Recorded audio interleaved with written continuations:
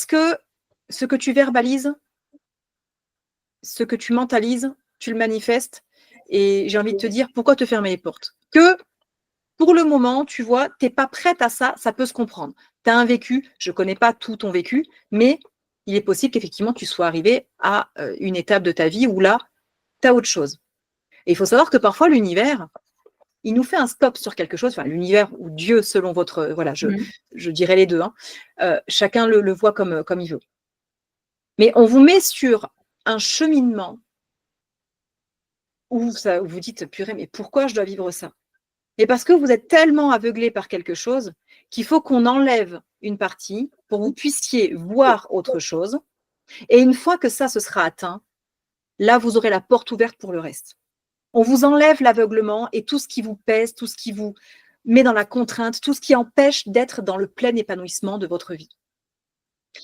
Et pour le coup, ben, moi, je vais vous donner la réponse. Effectivement, vous avez complètement dit les choses, les filles. C'est le regard des autres. Pardon, excusez-moi. Ce qui vous met dans cet état, ce qui fait que vous avez éteint votre élan, vos besoins, qui répond à chacune des sphères que je vous ai énumérées, le jugement, le regard des autres, les critiques, comme tu l'as dit, les injonctions, les conditionnements dans lesquels on vous a mis, les croyances limitantes, les croyances collectives. Tout ça, ça a éteint votre élan. Et là, pour le coup, je rebondis sur quelque chose qui m'a été partagé cette semaine, c'est quelque chose que j'enseigne aussi à ma clientèle. C'est n'en fais pas une affaire personnelle. Et là, ça m'a été partagé par Sonia avec une vidéo. Et la théorie, c'est let them. Laisse-les. C'est une autre façon de dire n'en fais pas une affaire personnelle. Il y a quelqu'un qui te critique par derrière, mais pourquoi tu le maintiens dans ta vie? Passe à autre chose, laisse-le. Il y a quelqu'un qui te parle mal, laisse-le. Il ne mérite pas que tu dépenses ton énergie. Il y a quelqu'un qui te dit non mais tu n'y arriveras jamais. C'est sa peur, c'est sa croyance. Laisse-le. À partir du moment où on comprend ça, déjà, on peut aller plus loin.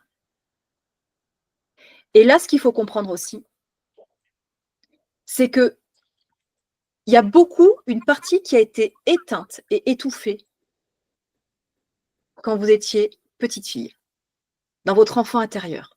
Oh non, mais tu es trop petite pour faire ça. Non, mais tu n'y arriveras jamais, c'est pas de ton âge. Oh, mais arrête, tais-toi, c'est bon, ça suffit. Oh non, surtout, prends pas de risques. Oh, mais fais un effort quand même.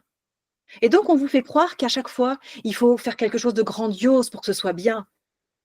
Il faut faire des efforts pour que ce soit valable. Il faut se taire pour être accepté. Et bien là, on va aller renouer avec votre petite fille intérieure et on va aller lui permettre de réintégrer ce que vous avez noté. Est-ce que c'est OK pour vous? Alors là, par contre, je vais vous demander, s'il vous plaît, de couper vos micros. Comme ça ne dérangera personne. Je vais voir si vous arrivez à entendre le son. Je ne sais pas si je vais réussir à partager parce que je ne maîtrise pas